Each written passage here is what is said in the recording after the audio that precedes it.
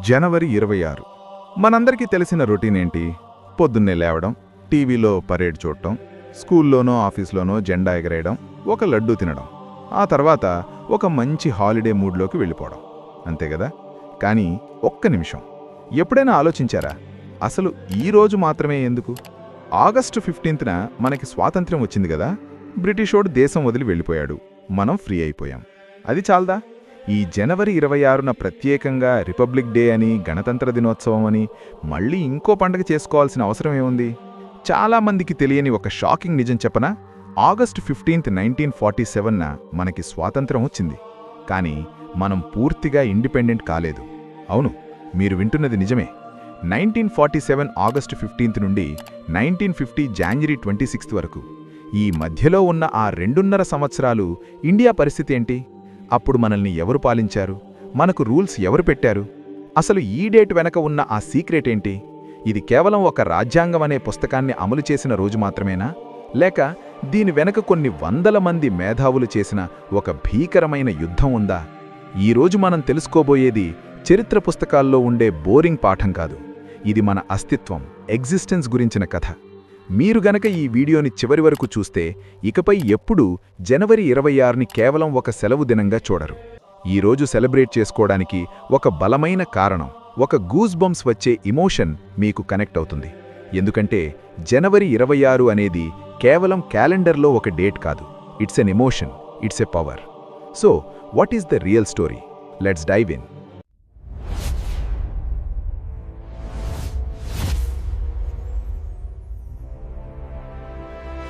Friends, ఒక చిన్న ఎగ్జాంపుల్తో స్టార్ట్ చేద్దాం. మీరు ఒక కొత్త స్మార్ట్ ఫోన్ కొన్నారనుకోండి. బాక్స్ ఓపెన్ చేశారు, ఫోన్ చేతిలో ఉంది. చూడ్డానికి చాలా బాగుంది, కానీ అందులో ఆపరేటింగ్ సిస్టమ్ లేదు. అంటే ఆండ్రాయిడ్ గానీ ఐఓఎస్ గానీ లేదు. ఇప్పుడు ఆ ఫోన్తో మీరేం చేయగలరు? ఏమీ చేయలేరు. అది కేవలం ఒక ఖరీదైన డబ్బా మాత్రమే. సరిగ్గా ఆగస్ట్ 15, 1947న మన పరిస్థితి కూడా అలాగే ఉంది. బ్రిటిషోడు మన చేతిలో ఇండియా అనే దేశాన్ని పెట్టి వెళ్ళిపోయాడు. మనకు ఫిజికల్గా ఫ్రీడమ్ వచ్చింది, కానీ ఆ దేశాన్ని ఎలా నడపాలి, రూల్స్ ఏంటి, పవర్ ఎవరి చేతిలో ఉండాలి, ప్రజల హక్కులేంటి అనే ఆపరేటింగ్ సిస్టమ్ మన దగ్గర లేదు. అప్పుడు మనకు 2 ఆప్షన్స్ ఉన్నాయి. ఒకటి, పాత బ్రిటిష్ వాళ్ళు వాడిన రూల్స్నే ఫాలో అవ్వడం, లేదా మన కోసం మనమే ఒక కొత్త ఓఎస్ని డిజైన్ చేసుకోవడం. మనం రెండో దాన్ని ఎంచుకున్నాం. ఆ కొత్త ఆపరేటింగ్ సిస్టమ్ పేరే భారత రాజ్యాంగం, ద కాన్స్టిట్యూషన్ ఆఫ్ ఇండియా. ఆ ఓఎస్ని ఇన్స్టాల్ చేసి దేశాన్ని రీస్టార్ట్ చేసిన రోజే ఈ జనవరి 26, 1950. అసలు రిపబ్లిక్ అంటే, గణతంత్రం అంటే ఏంటి?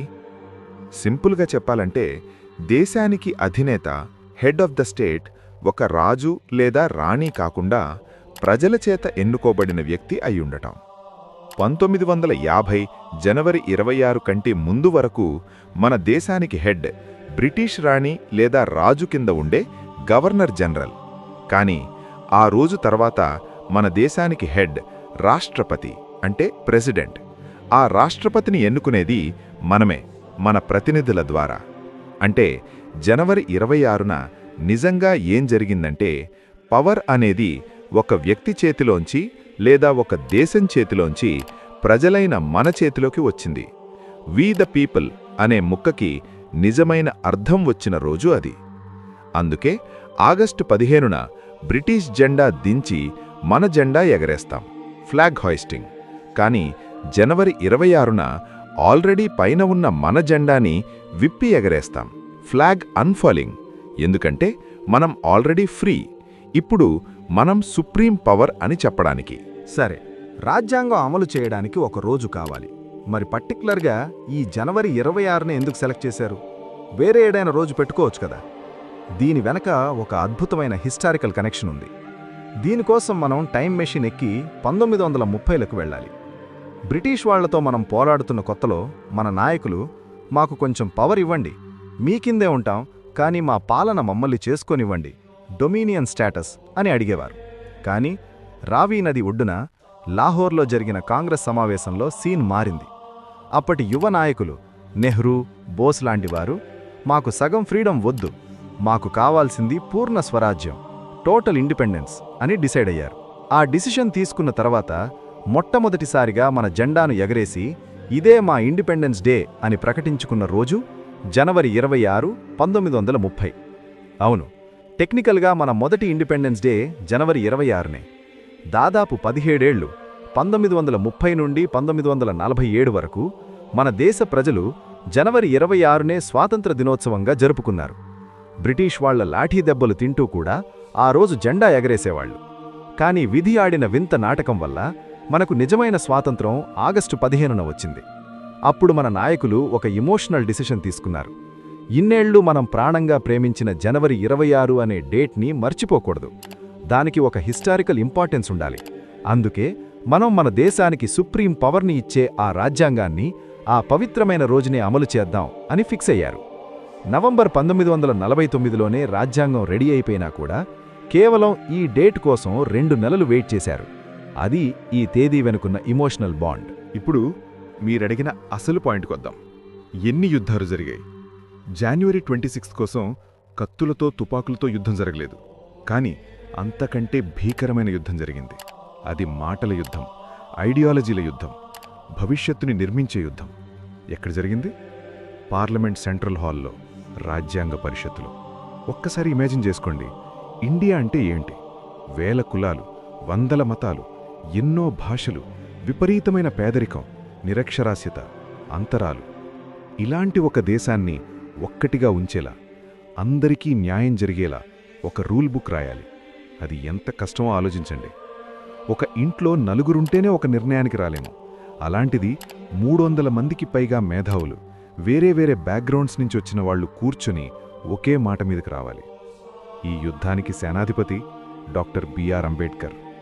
ఈరోజు మనం చాలా క్యాజువల్గా నాకు ఈ రైట్ ఉంది, నాకు ఆ హక్కుంది అని మాట్లాడతాం. కానీ ఆ హక్కుల కోసం ఆ హాల్లో జరిగిన డిబేట్లు మామూలుగా లేవు. రిజర్వేషన్ల దగ్గర్నుంచి భాషల వరకు, మత స్వేచ్ఛ దగ్గర్నుంచి మహిళల హక్కుల వరకు ప్రతి పాయింట్ మీద గంటలు రోజులు తరబడి వాదోపవాదాలు జరిగాయి. కొన్నిసార్లు గొడవలయ్యేవి, అలకలుండేవి, వాకౌట్లుండేవి. కానీ వాళ్ళందర్నీ నడిపించింది ఒకటే మోటివేషన్: ఒక స్ట్రాంగ్ ఇండియాను నిర్మించాలి. మళ్ళీ ఇంకోసారి బానిసలుగా మారకూడదు. 2 సంవత్సరాల 11 నెలల 17 రోజులు ఇంత టైం పట్టింది మన రాజ్యాంగాన్ని పూర్తి చేయడానికి. ఇది మామూలు విషయం కాదు ఫ్రెండ్స్. ప్రపంచంలోనే అతి పెద్ద లిఖిత రాజ్యాంగం మంది. ఇందులో ఉన్న మోటివేషన్ ఏంటో తెలుసా? అంబేద్కర్ గారిలాంటి వ్యక్తి, ఒకప్పుడు సమాజంలో అంటరానితనాన్ని ఫేస్ చేసిన వ్యక్తి, అదే సమాజం మొత్తానికి దిశానిర్దేశం చేసే రూల్ బుక్ని రాశారు. Education is the most powerful weapon అనే మాటకు ఇంతకంటే పెద్ద ఉదాహరణ ఏం కావాలి? ఈ రాజ్యాంగం కేవలం న్యాయవాదులు రాసిన పుస్తకం కాదు, స్వాతంత్ర పోరాటంలో ప్రజలు కన్న కలల ప్రతిరూపం. సరే, హిస్టరీ చాలా విన్నాం. ఇప్పుడు కొన్ని మైండ్ బ్లోయింగ్ ఫ్యాక్ట్స్ చూద్దాం. అలాగే ఇది ఇప్పుడు మనకెందుకు ముఖ్యమో తెలుసుకుందాం. It's handwritten. మన ఒరిజినల్ రాజ్యాంగాన్ని ప్రింట్ చేయలేదు. ప్రేమ్ బిహారీ నారాయణ్ రాయ్జాదా అనే క్యాలిగ్రాఫర్ తన చేత్తో ఇటాలిక్ స్టైల్లో రాశారు. ₹1 కూడా ఫీజు తీసుకోలేదు. కేవలం ప్రతి పేజీలో తన పేరు రాసుకునే పర్మిషన్ అడిగారు. శాంతినికేతన్ కళాకారులు దాన్ని అలంకరించారు. అదొక art piece, the best copy paste. చాలామంది అంటారు మన రాజ్యాంగం వేరే దేశాల నుంచి కాపీ కొట్టారని. అవును, తీసుకున్నాం. కానీ అది కాపీ కొట్టడం కాదు, ఇన్స్పిరేషన్. అమెరికా నుంచి ప్రాథమిక హక్కులు, రష్యా నుంచి ప్రాథమిక విధులు, ఫ్రాన్స్ నుంచి స్వేచ్ఛ, సమానత్వం, ఇలా ప్రపంచంలో ఉన్న బెస్ట్ ప్రాక్టీసెస్ అన్నింటినీ మన దేశ పరిస్థితులకు తగ్గట్టు మాడిఫై చేసుకున్నాం. ఇదొక స్మార్ట్ స్టార్టప్ లాంటిది, ఉన్న బెస్ట్ ఐడియాస్ని అడాప్ట్ చేసుకోవడం. Rights and duties. మనందరికీ ఫండమెంటల్ రైట్స్ అంటే హక్కుల గురించి తెలుసు, మాట్లాడే హక్కు, తిరిగే హక్కు వగైరా. కానీ చాలామంది మర్చిపోయేది ఫండమెంటల్ డ్యూటీస్ అంటే ప్రాథమిక విధులు. ప్రెజెంట్ జనరేషన్కి కనెక్ట్ అయ్యేలా చెప్పాలంటే, మీరొక గేమ్ ఆడుతున్నారు, మీకు పవర్స్ కావాలి, రైట్స్. కానీ మీరు గేమ్ రూల్స్ పాటించను అంటే కుదరదు కదా. అలాగే దేశం కూడా జాతీయ జెండాను గౌరవించడం, పర్యావరణాన్ని కాపాడటం, దేశ సమగ్రతను దెబ్బతీయకుండా ఉండటం, ఇవన్నీ మన డ్యూటీస్. హక్కులడిగే ముందు డ్యూటీస్ చేస్తున్నామా అని ప్రశ్నించుకోవాలి.